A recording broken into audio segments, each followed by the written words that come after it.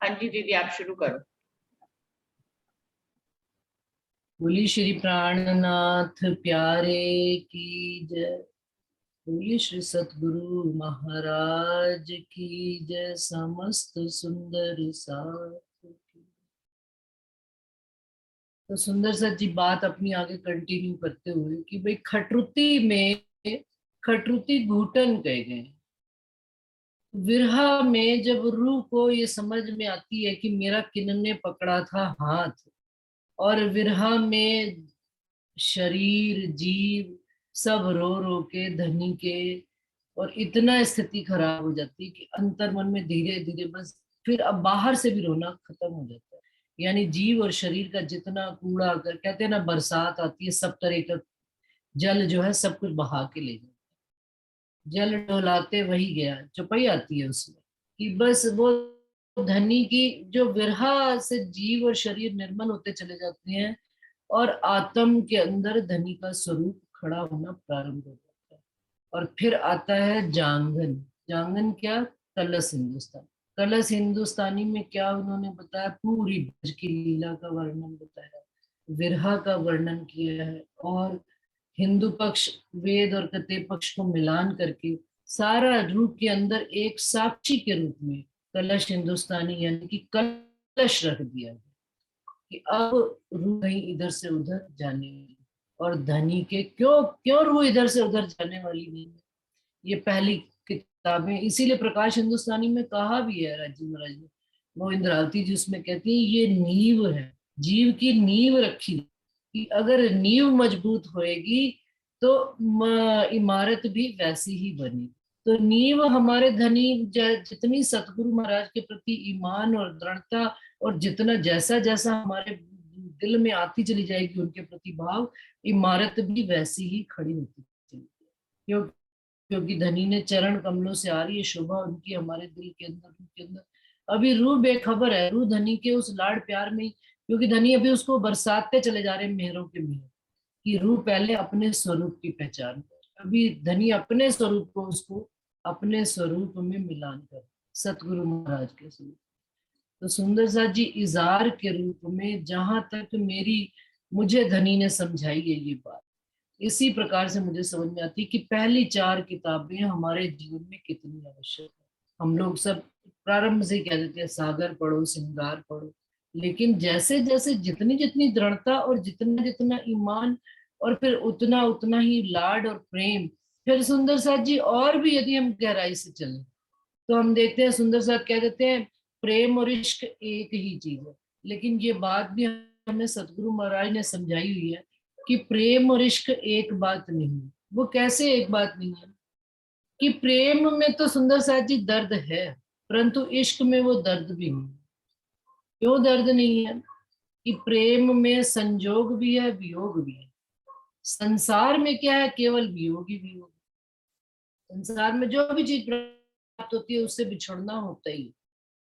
और योग माया के ब्रह्मांड में जब योग माया का रास का प्रेम रूह के दिल में उपजता है, जीव और शरीर के दिल में उपजता है, उसमें भी वो कहते हैं संयोग के अलावा वियोग भी थोड़ा सा मात्रा में है, कि जुदाई का वहां पर भी दुख है। क्यों? क्योंकि सतगुरु महाराज के साथ भी मिलना और बिछड़ना चलता ही रहता है। तो जब रूह को स्वाद लग जाता है तो रूह फिर कहती है वहां पर, वहीं रास में ही राज्य को कह देती है कि धनी तेने घर चालिए जहाँ योग नहीं है, अब हमको उस घर में ले चलिए आप जहाँ पर योग है। तो धनी ने फिर हम रूहों के दिल को अर्श किया। ये गहराई की बात। अब जब सतगुरु महाराज ने भी, वो कहते हैं तब आप अंतर ध्यान हो के उन्होंने हमको यहाँ पर भी सुध दे दी, अंतर ध्यान होके जुदाई का दुख दिया। और तब रूह को समझ में आई कि भाई सनमंद तो वही सच्चा है जहाँ पर जुदाई का भी दुख न भोगना पड़े। तो वो फिर परम धाम है। उस परम धाम में, वो परम धाम भी कहाँ पर है? जहां पर राज्जी बैठे हैं वही परम धाम है। तो अब राज्जी अपने चरणों और इजार के समेत, क्योंकि अभी हमने शायद पहली चौपाई की श्रृंगार किया सब दूल्हा आए बैठे वस्त्र सब समेत। तो धनी जब श्रृंगार करके आके बैठ रहे हैं तो अब धनी ने क्या श्रृंगार, नीचे चरण कमलों से इजार उन्होंने पहन लिया। तो सुंदर सा जी उसके आगे का जो प्रकरण स्टार्ट होता है वो मैं अगले शनिवार शुरू करूंगी। खुले अंग श्रृंगार छवि छत, खाली इसमें अब क्योंकि बारीक वर्णन हो रहा है, बारीक से बारीक तिन में भी बारीक। अब बाहरी अंगों का, बाहरी वस्त्र और भूषण का श्रृंगार हमने सब सुन लिया, हमने सबने याद भी कर लिया। अब जिस तरह से इजार का है इसी तरह से वो इसी प्रकरण में कटी कमर का भी है, पेट का भी है, ये छाती का भी है, पाखे, कंबे, खंबे और ये बाजू, इन सब चीजों का वर्णन है। और इनका बातून भी वर्णन है कि कैसे बिना जामे के धन की शोभा है। तो बिना जामे के भी क्या शोभा और जामा क्या है, ये सब हम अगली बार। आज सुंदर सा जी क्योंकि बार बार लाइट आ जा रही है, अभी दोबारा भी एक बार बीच में ब्लिंक हो रही है, तो प्रकरण अभी शुरू नहीं करूंगी।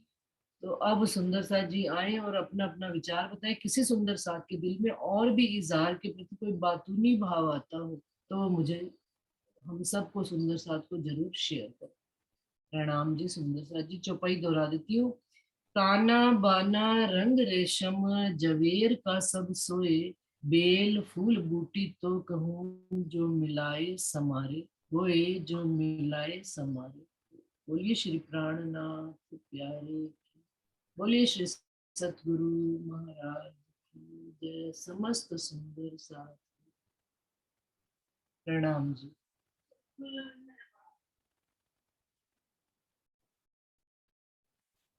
वीनू आप कहाँ हो? रुचि हाँ हाँ जी, प्रणाम जी। आ जाइए। दीदी कल जो आप रंग महल का वर्णन कर रहे थे ना, 9 भौम 10वीं आकाशी, हाँ तो जी उसमें ना मेरे को एक समझ आ रहा है कि वो इंद्रावती जी के ऊपर मतलब 9 भौम और 10वीं आकाशी कैसे घटित होती है, बताऊं बताओ। दीदी? हाँ हाँ बताओ बताओ, बहुत अच्छा। जैसे भाई रंग महल की अपनी 9 भौम और 10वीं आकाशी है, ऐसी हमारी जो प्रिय सखी है वो इंद्रावती जी, उनके ऊपर ये किस प्रकार से घटित होती है।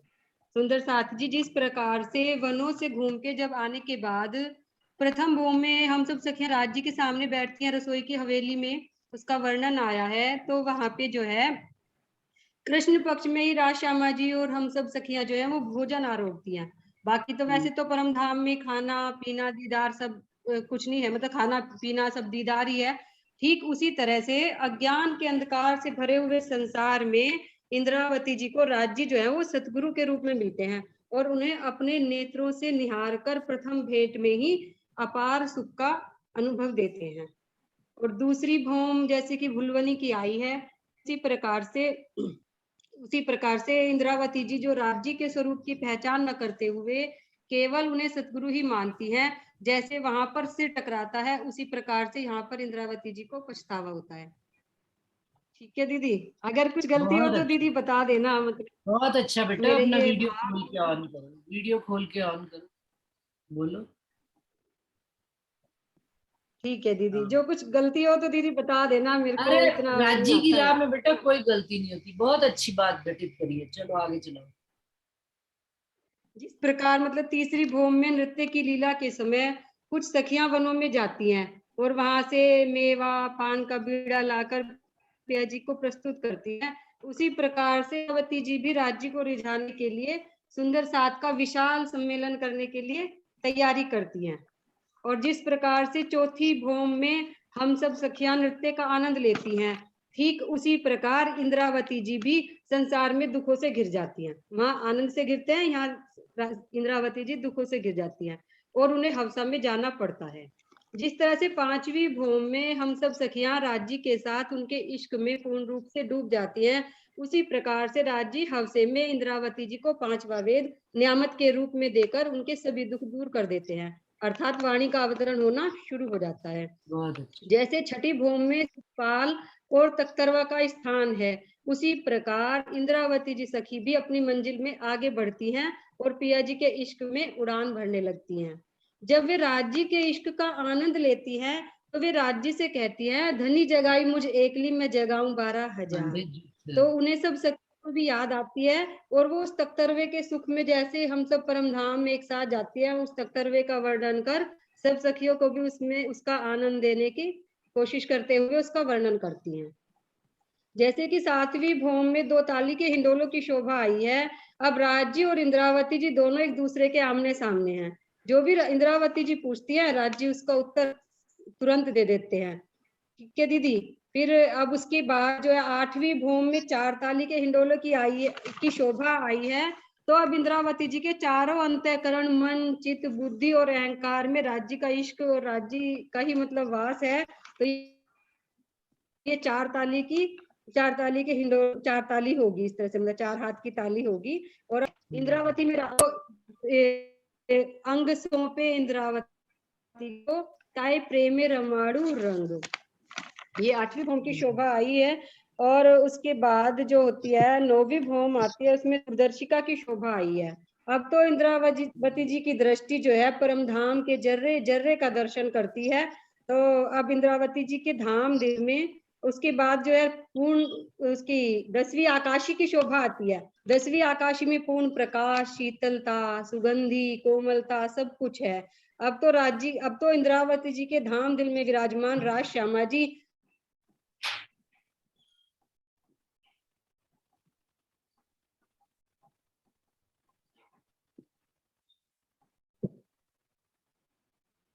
हाँ जी, आप बोले।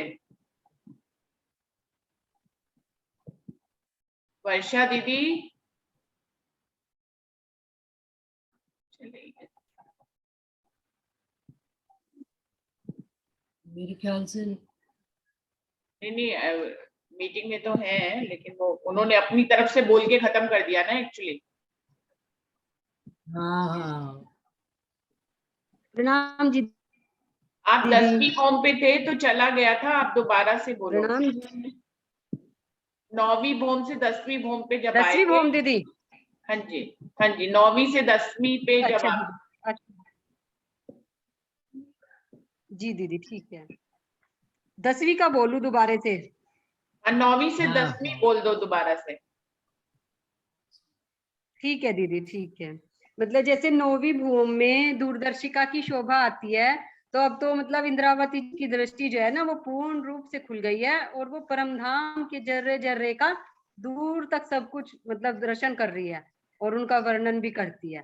और जैसे 10वीं भौम की शोभा आई है कि 10वीं भौम में पूर्ण प्रकाश है, चांदनी में उसमें शीतलता है, सब कुछ उसमें सुगंधी है, ये सारे गुण हैं। तो अब तो मतलब इंद्रावती जी के धाम हृदय में विराजमान राज श्यामा जी अपने सभी गुणों के साथ पूर्ण रूप से जाहिर हो जाते हैं, और कहीं भी मतलब अंधकार नहीं रहता, सब उन्हें पूर्ण पूर्ण ब्रह्म अक्षरातीत के रूप में स्वीकार करते हैं। यही भाव है दीदी। प्रणाम जी। प्रणाम जी। प्रणाम जी, प्रणाम। बहुत अच्छा वर्षा। हाँ जी, सुंदर सा जी, और कौन आएंगे बताने? रंजना आई हुई है? रंजना। रंजना, हाँ आई तो हुई है रंजना। प्रणाम जी दीदी, मैं 2 मिनट में बोलती हूँ अभी। 2 अच्छा मिनट में बात। अच्छा। हाँ जी, और कौन से सुंदर सा जी बोलेंगे?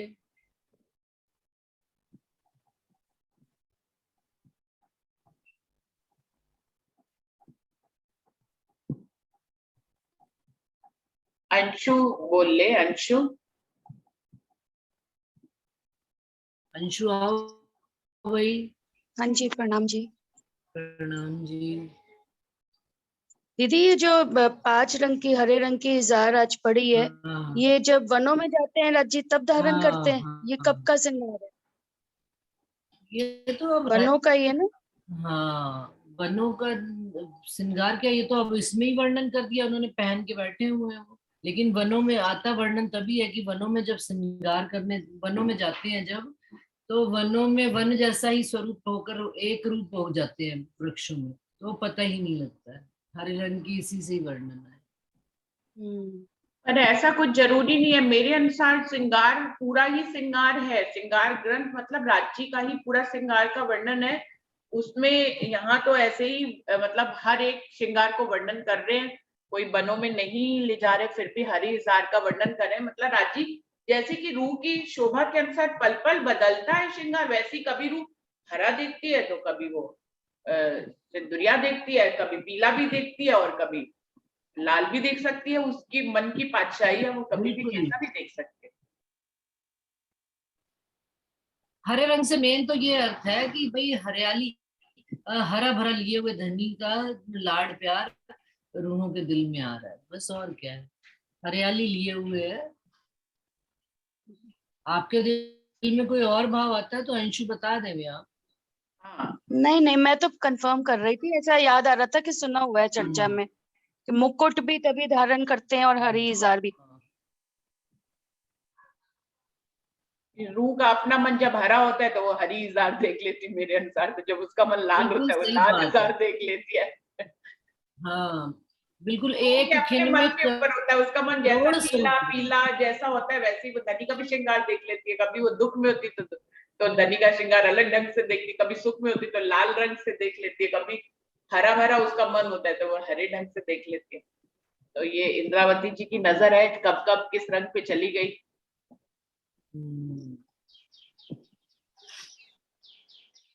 हाँ जी सुंदर सा जी, और कौन, नहीं तो रुचि जी और वर्णन करें थोड़ा सा। मनीषा जी आए हुए हैं, मनीषा जी। हाँ, मनीषा दीदी को बुला लो, सुनीता दीदी को बुला लो। मनीषा जी आए हैं। सुनीता दीदी भी, सुनीता दीदी बहुत वर्णन करते हैं बातून में। सुनीता दीदी आप बताओ, आ जाओ। आओ वही बातूनी सुंदर साज। नहीं सुन, अब जैसे अभी वर्षा ने वर्णन किया है तो अच्छा लगा मेरे को, तो वही भाव अच्छा लगा।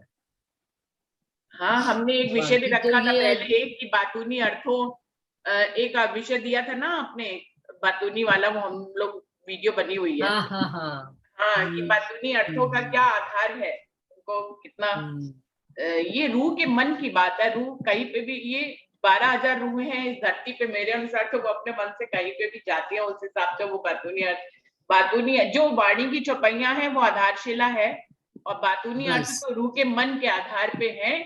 वो हर हाँ, रूह का अलग हो सकता है किसी भी प्रकरण के लिए। अब इस प्रकरण के लिए वर्षा का भाव अलग है, आपका भाव अलग है, कोई और रूह आएगी तो उसका भाव बिल्कुल ही अलग होगा। तो ये मन की उड़ाने हैं, रूह के मन की उड़ाने हैं, कहाँ कहाँ जाती है। जितनी रूहें हैं उतनी उड़ाने, फिर सुनिए, हम सब सुनेंगे। क्योंकि कहा भी है धनी एक खिन में करोड़ रूप बदल लेते हैं, तो वो बिल्कुल रूह की भाई उड़ानों के हिसाब से ही राज्य भी वैसा ही स्वरूप धारण कर लेते हैं। हाँ जी सुंदर सा जी, और कौन आ रहा है? मनीषा जी आ नहीं रहे क्या? मनीषा जी, रंजना ने भी कहा अभी आती हूँ, तो भी रंजना आ गई क्या? मनीषा, रंजना, कोई और सुंदर साथ बता दे। मुझे प्रणाम तो जी इसमें दीदी दीदी। ऐसे समझ आ रहा था, हम्म, राज्य महाराज ने चरणों के इतना वर्णन कर दिया, अब चरण जब अंदर आ गए तो राज्य तो घुमाने ले जा रहे हैं। रूह बिल्कुल। को हरे रंग का जो ध्यान में आ रहा था कि वनों में जा रहे हैं, तो मेरे को ऐसे लग रहा था जब चरण दिल में धारण हो गए, अब राज्य महाराज वहां की उड़ानें भरवाना शुरू करेंगे उसके बाद, कि वहां घुमाने ले चलेंगे फिर। बिल्कुल।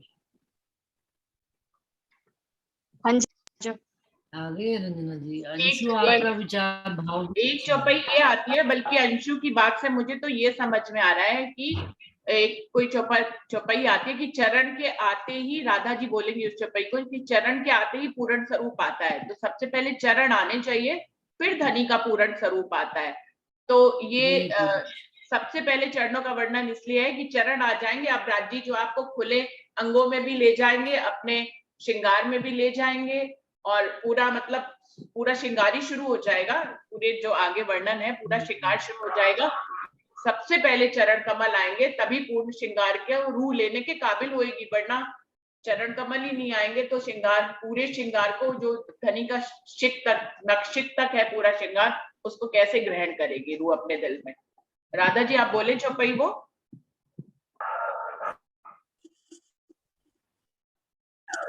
प्रणाम जी, सब सुंदर साथी जी के चरणों में।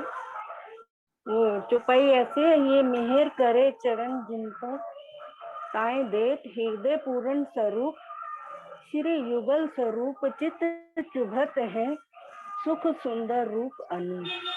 वो उसमें भी आता है ना, सागर में वर्णन करूं बड़ी रूप की रूमी नंका मोहम्मद चाइन चरण को कर मनसा वाचा करना, उसमें भी लास्ट चौपाई जो यही आती है, आए बैठे मेरे तब सवंगो मेरे जीव जीव के के हित, आए बैठे मेरे सब। एक करत पूरी मेहर, हाँ तीन स्वरूप भवत पूरन, प्यार पूरा था यावत मेरे जीव के ही जीवन। ये जीवन, ये वाली चौपाई मुझे थोड़ा सा था। ये म्यूजिक कहाँ से बज रहा है पता नहीं, किसके पीछे से बज रहा है। प्रणाम जी, प्रणाम सुंदर साथ जी, प्रणाम जी दीदी।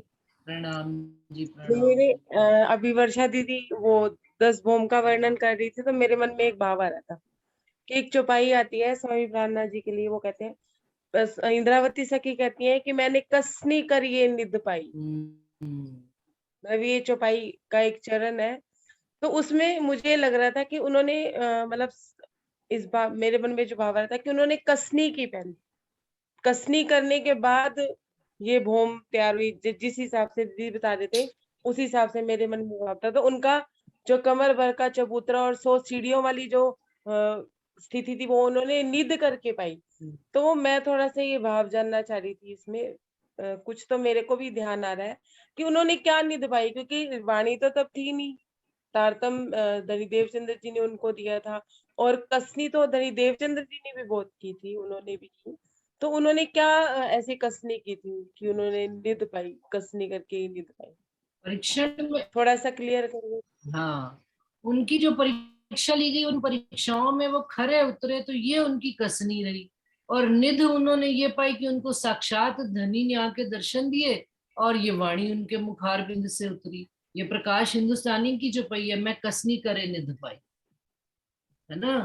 तो उसमें यही बात आती है कि भाई मैंने, राजी महाराज ने जितनी भी मेरे से कुर्बानी ली है, जो भी उन्होंने उनकी परीक्षा करी, वो हर परीक्षा में खरे उतरे, कहीं पर भी वो फेल तो हुए ही नहीं है। तो तब जब धनी, कहते हैं ना कसौटी, वो कई कसौटी कर करके सोने को परखा जाता है, तो इंद्रावती जी की कसौटियां जितनी हुई वो निखरते गए। अब जब देखा धनी ने कि भाई अब ये पात्रता पूर्ण तैयार हो गया पात्र, तो उसमें उन्होंने अपनी निध रख दी, ये वाणी जो तब में निध पाई, ऐसे ही आती है चुप। मुझे तो लगता मुझे है दीदी, कि मुझे इसमें एक भाव हाँ रंजना आप बताओ। दीदी बोलो, आप बोलो, कोई बात नहीं, आप बोलो। जो निध पाई, मुझे तो ऐसे लग रहा है कि धनी ने उनको, जो उन्होंने इतनी कसनी करी, उस कसनी से प्रसन्न होकर धनी ने तो उनको अपने से भी बड़ी शायरी दे दी दुनिया में। पांचों शक्तियां दी, दर्शन तो दिया ही, पांचों शक्तियां उनके अंदर विराजमान हुई, जो किसी के अंदर न पहले हुई थी न बाद में कभी हुई। पांचों शक्तियां उनके अंदर विराजमान हुई, धनी ने उनको अपने से भी बड़ी शोभा यहाँ पर दी।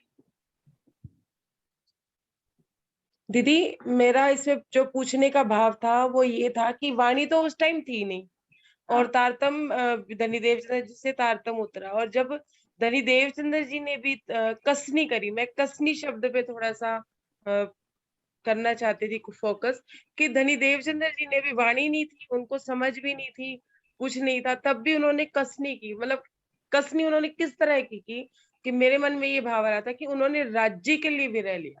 उन्हें यह था कि मुझे अपने खावंद से मिलना है, मुझे अपने जो मेरे जो सर्वोपरि है उनसे मिलना है। ये उनके बीच में मुझे ऐसा लगता है कि ये उनकी मेन कसनी थी, जो कमर भर चबूतरे के ऊपर जो ये प्रथम भोम तैयार हुई है। तो उन्होंने पहले अपने जैसे अपने मेन संबंध वाले राजी महाराज को उन्होंने याद किया कि हमारे जो खावंद है वो कौन है, धनी देवचंद्र जी ने। और धनी देवचंद्र जी ने जब उनको बता दिया कि हमारे खावंद राजी महाराज है और उनको तारतम दे दिया, तो इंद्रवती सखी ने ये कसनी की कि वो उनके विरह में उन्होंने अपना शरीर सुखा लिया, अपने प्राण तक त्याग दिए।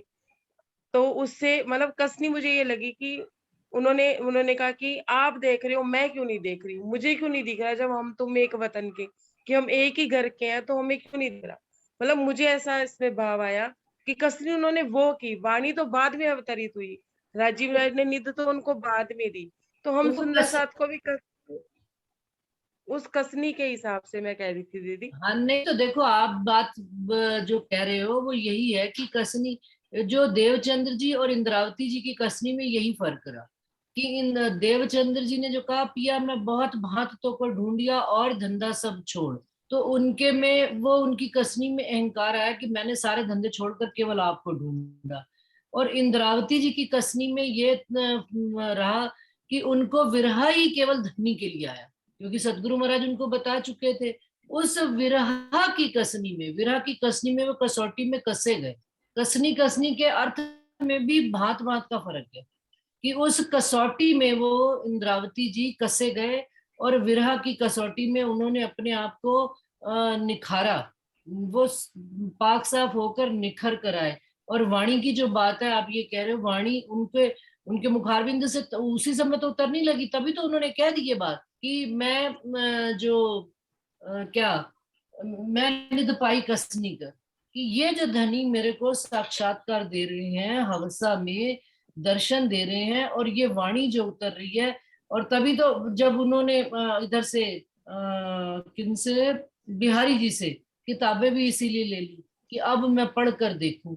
और जो वीनू कह रही है वो भी बात बिल्कुल सही है कि उनको धनी ने अपने से भी बड़ी शोभा दे दी। परंतु ये चलो हम इसको इस तरह से बात घटा सकते हैं कि वो जहरी साहिबी वाली बात है, तो साहिबी को ना लेकर इश्क और विरह की बात को यदि हम लेते हैं प्रथम स्थान पर, तो मुझे तो यही कसनी लगती है। बाकी कोई और सुंदर साथी बताना चाहें तो बता सकते हैं। कसने में उन्होंने एक देर भी नहीं लगाई। जब बिहारी जी ने बताया कि आपको धर्म चाहिए या धर्म पत्नी, तो तुरंत ही पल झपट के बोल दिया कि मुझे धर्म चाहिए। तो ये उनकी कसनी का देखिए। फिर ये उधर का भी प्रसंग आता है ना।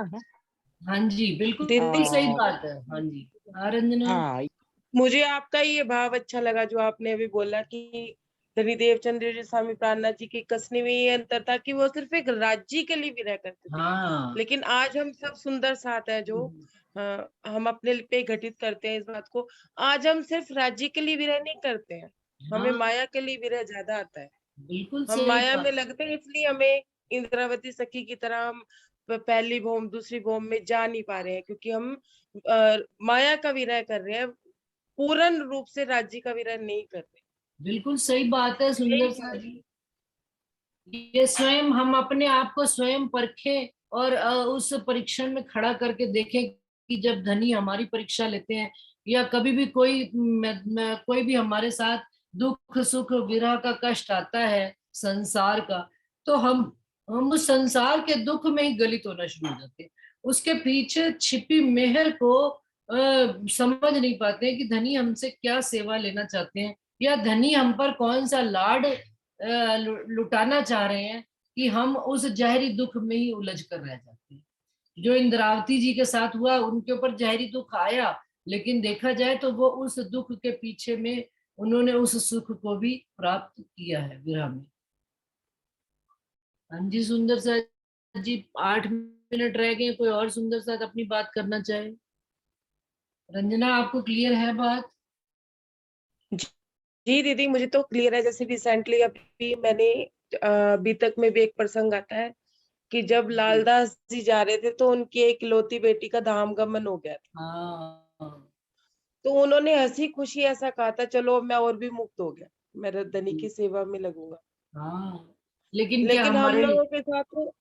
हम लोगों के साथ कभी ऐसा हो जाता है तो हम जानते हैं कि राजी मेहर कर रहे हैं, सब कुछ कर रहे हैं कि हाँ अभी एक मुक्ति मिल रही है एक पर्सन को या जो भी है, फिर भी मैंने इस बात को प्रैक्टिकल लिया है कि राज्य के लिए भी रह वहां भी रह ज्यादा आ रहा है। क्यों आ रहा है? मतलब खुद के लिए भी एक बात होती है कि खुद का मंथन करना ज्यादा जरूरी है। बिल्कुल जरूरी है, अवश्य। इसलिए मैंने इस बात को रखा दीदी। प्रणाम जी। प्रणाम जी, प्रणाम जी, बिल्कुल सही बात है। उस अवस्था को प्राप्त करना इतना साधारण बात नहीं है जितना हम शब्दों में कह जाते हैं बात। उस अवस्था को अनुभव करना आम आम के लिए ये बात बहुत ही हार्ड है विषय। हाँ जी सुंदर साथ जी, और कौन आएंगे? और इसके साथ ये एक बात और भी जुड़ी हुई है बात कि धनी का हाथ जब रूह के साथ होता है, धनी के चरण कमल होते हैं तो फिर परीक्षा भी रू नहीं धनी ही देते हैं और धनी दिलवा भी लेते हैं। धनी उस समय बल भी उसको राज्य महाराज ही अपना देकर उस परीक्षा से बाहर निकाल। सुनीता दीदी आए नहीं, बात सुनीता दीदी को लगता है हमारी बात कोई जज नहीं रही या हमें शेयर नहीं करना चाहते हैं। सुनीता जी नहीं नहीं ऐसा नहीं, ये वो आई जाएगी। एक प्रणाम बार बुलाओ। प्रणाम जी, ऐसी बात प्रणाम नहीं है। प्रणाम। नहीं, हो मैं सकी सारा छिप ही सुन नहीं रही हूँ, बहुत सकती। अच्छी बात मैं सुन रही हूँ। मैं कल बोल लूंगी थोड़ा सा। ओके हाँ जी, हाँ जी। और कौन से सुंदर साथी आएंगे? रूपाली जी आएंगे, रूपल आएगी, रूपल, धीमन, रमता, विजय दीदी कोई बात वाणी की कोई चौपाई सुनानी हो, कोई भजन गाना हो, सब सुंदर साथी। कोई प्रीति आ सकती है, प्रतिभा दीदी, नरेश भाई काफी दिन से नहीं बोले। सुंदर साथ कहते होंगे गोविंद भाई जी, और उनका नाम मैं नहीं लेती वो इसलिए क्योंकि जो गढ़ चुके हैं सुंदर साथ उनका अनुभव भी हमें सुनना है। लेकिन जो नए सुंदर साथ हैं वो भी अगर अपनी कोई बात शेयर करना चाहे तो उनके लिए भी एक चांस है। अमिता आई हुई है, अमिता व्यास जी। अमिता जी क्या महसूस करते हैं आप? क्योंकि बात कहने से बात बनती है, कहनी बात जरूर आनी चाहिए हमको।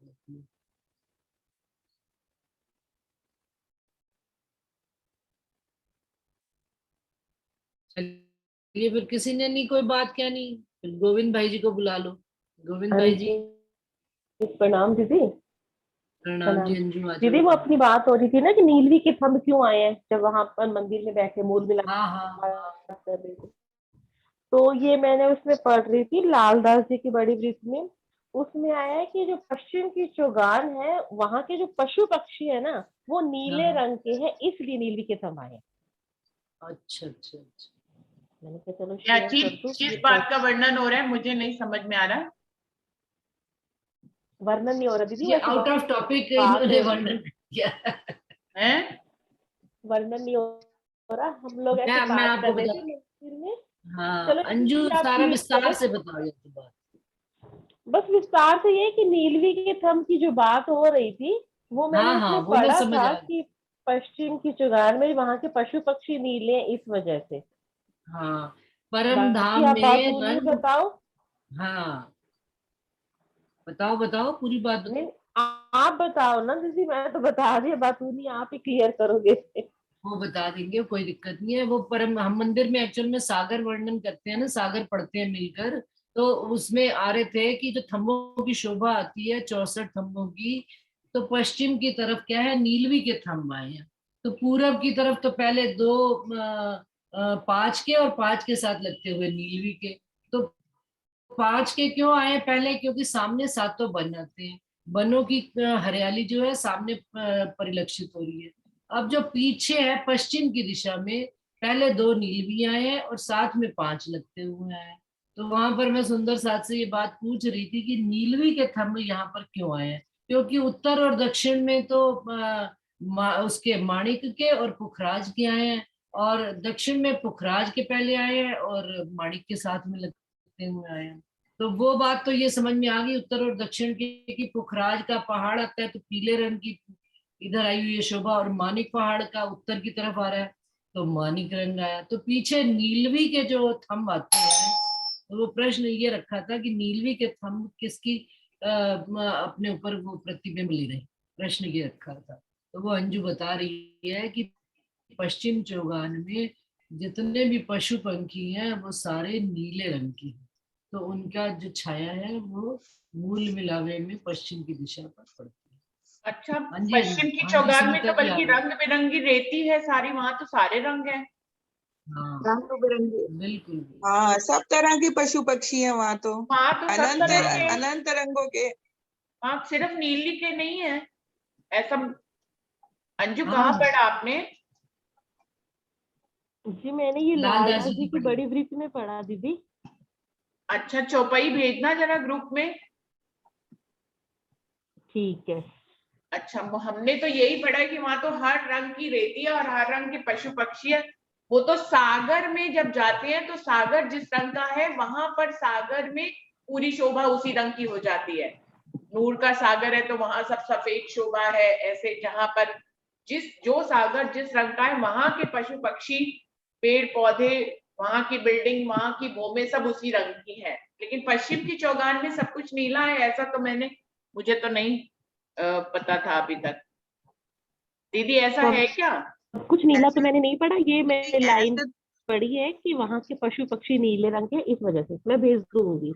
वैसे तो देखो इश्क के सागर से भी आसमानी रंग का आता है, तो वो भी उसका भी प्रतिबिंब पड़ता है। ये बात हम लोगों ने वो तो फिर सागर से तो फिर जोड़ा जा सकता है। सागर हाँ, सागर आसमानी रंग का है, लेकिन आसमानी रंग अलग है और नीला रंग अलग है। इंदु जी तो नहीं, तो पर राज्य इंदु की जी पिछोरी जो भी आसमानी रंग का सागर है ना, आसमानी रंग का सागर है, वो तो वायव्य कोने में आया ना। हाँ, सामने तो दधी सागर आया, सामने दधी हमने सागर। तो दधी सागर हरा है। हाँ जी, हाँ जी, हरा है। उसको भी बोल सकते हो, जैसे हरे को भी कई बार नीले का प्रतिबिंब नीला बोल कहा देते हैं। जाता है, बिल्कुल ये बात मेरे हाँ। दिल में है। हाँ, उसको भी बोल सकते हैं। राज्य की पिछोरी भी नीली है। हाँ, राज्य में पहली पिछोरी नीली है। हाँ, ये भी बात सही है कि राज्य में हाँ, तो इस कुछ और भाव से भी ले सकते हैं। हाँ, इस भाव से भी ले क्योंकि सकते हैं। राज्य से ही पूरा वो सारा झलकार तो उन्हीं से ही है ना हमारे। बिल्कुल। और ये हाँ, सुंदर, बिल्कुल। ये वहाँ मंदिर में सुंदर साथ में पिछोरी